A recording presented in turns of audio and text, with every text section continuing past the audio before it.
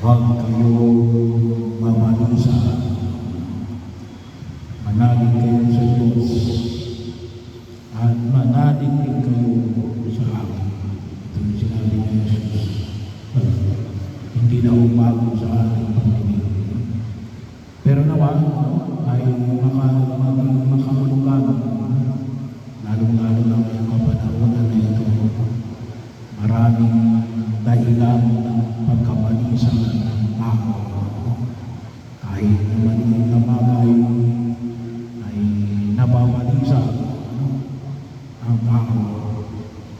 Bahagi yun, kaninang umaga, isa natin ngayon sa araw na ito, yung hamon na pinahayag ni Jesus ay lakasan ninyo ang inyong pananampalataya. At ang pananampalataya hindi na nakasalalay sa awa ng Diyos. Mahalaga, mayroon natin namin sa ulingang lumang si Leticia, nawa po ay mapuno kayo ng pagpapasalamat. Pagpapasalamat sa biyaya ng buhay na ipinagkaloob sa Kanya. Sana rin makakapon tayo ng 89. Sa ganang mahaba ng panahon na hindi namin mas matagal pa. Bahagi maiksiman o mahaba ng buhay na ipinagkaloob ng Diyos sa atin. Palagi tayo magpasalamat. Araw-araw magpasalamat tayo pagkagising namin sa umaga o sa biyaya ng buhay na ipinagkakaloob ng Diyos sa atin. Sa mga nagmamahal kay Leticia, mahaba ninyong nakapiling siya. Bahagi yun ng kung saan nawa ko ay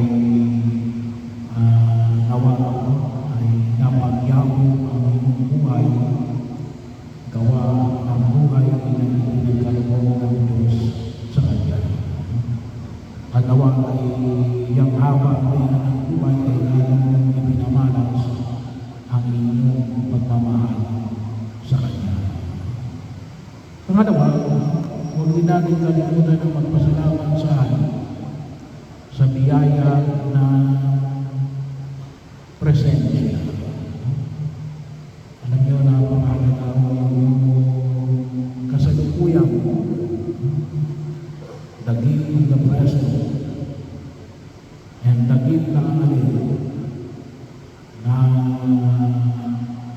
ng inyong presensya. So, bahagi yung kumisan ngayong panahon na ito, ang binibigay ng pagkahalaga ay presensya ng tao. Pero kung minsan ang binibigyan natin ng halaga ngayon, ano bang dala mo? Sana hindi ma-over siya na dala mo yung presensya mo. Bahagi mo yun. Kung minsan ay ang tinitingnan natin ay yung dala ng tao. Hindi natin nakikita kung minsan mali. Na yung tao ay meron dala yan, pero mas na mahalaga yung kanyang presensya. Kasi yun yung mahalaga ng buhay. Paano kasi mahaba ang buhay natin. Pero hindi natin naramdaman ang kanyang presensya. At huwag natin kalimutan pananampalataya natin bilang mananampalatayang Kristiyanong Katoliko. Nakapasok sa presensya ng Diyos. Kaya siya ay naging tao para may paramdam na yung presensya niya sa bawat isa sa atin. At hindi lang yun. Siya inayos namin makasama ang tao sa pagtinulong ng banal na misa na ginagawa namin ngayon. Bakit? Nandito siya. Kasi inayos namin pahayag namin na ako'y kasama ninyo sa paglalakbay huwag natin kalimutan, bagamat ang katawan ni Elisha ay hindi na natin makakasama. Huwag natin kalimutan na bahagi pa rin ng ating pagkilos, bahagi ng ating pananampalataya, na sabi na natin, communion with the saints. Saan ko na ba kung saan ka na ba si Elisha? Hindi natin alam. Pero bahagi mo yun. Siya naman ay nakapaganda ng kanyang sarili, sa harapan ng Diyos.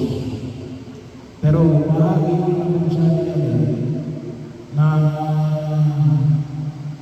kung siya man ay, kasi yun ang panagtungan natin sa kaharian ng Diyos. Maaaring nasa pagkatulong pa rin siya. Pero huwag niyo kong kalimutan na ipanalangin siya.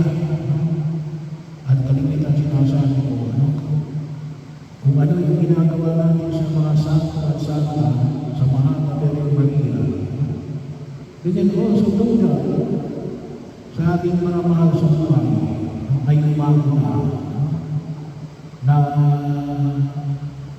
ipanalangin din tayo sa Diyos. So, baka hindi nyo nakikita yung kahalagahan nito. Baka kasama pala natin, yung malamang, doon na siya sa kanilang buhay.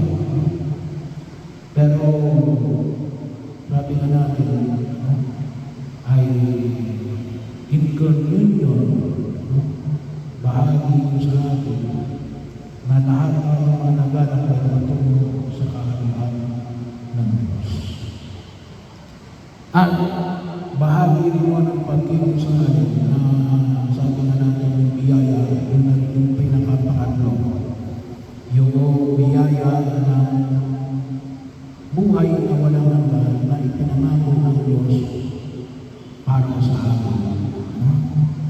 So, pagkataon, alam niyo, isa ko sa mga kalinigang binibigyan ko ng ligid sa mga binibigyan ko ay sabi nga namin, ba't ka nagpapakabuti? Ba't ka umiiwas sa masama? Kasi itatak sa putak namin niya ang sagot namin niya para pumunta sa langit. Sabi ko, may mali-mali sa sagot para pumunta sa langit.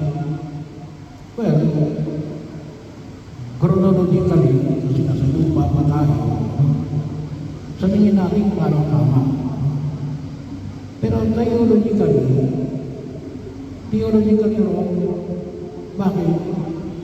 Hindi pag sinabi mo, ba't ka nagpapakahuli, ba't ka umiiwas sa masama para mapunta sa langit? Sabihin, you do not yet belong to heaven.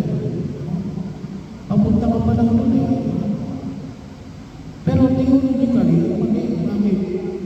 Nung tayo ay bininyagan, tayo ay mga tagalangin na. Eh, bakit tayo nagpapakabuti? Bakit tayo umiiwas sa masama? Ang dapat na sagot ng iniali, kasi ang pagpapakabuti at ang pag-iwas sa masama ay gawain ng mga tagalangin. Gawain ng mga tagalangin. Kailan tayo maging tagalangin? Nung tayo ay binigyan. Ano na yung gagawin natin? To be faithful to the Lord. Maging tapat tayo sa pagtawag ng Diyos sa dakilang biyaya ng pagliligtas niya sa atin. Bakit ito binibigyan natin yung pagkakaiwan ito? Sapagkat doon natin makikita natin, hindi gawa ng pagkakabuti, kaya ako napunta sa langit. Unang tingin sila, kaya ako napunta sa langit, bakit? Gawa ng grasya ng Diyos. Kaya lamang ako nagiging karapat-dapat doon ay ay unang tingin sila, gawa una at tingin ginagawa ng biyaya ng Diyos. Pinagtitibay ko lamang. Una nang ibinigay sa akin. Kaya yung aking pagmakabuti at pag-iwas sa masamayan, parang nalaga na lamang sa biyaya na ipinagkaloob ng Diyos sa akin. Mula ng Mayo ay binigyan. At ito ay dinudulog natin na nawa, higit ng pakinabangan ni Nitis.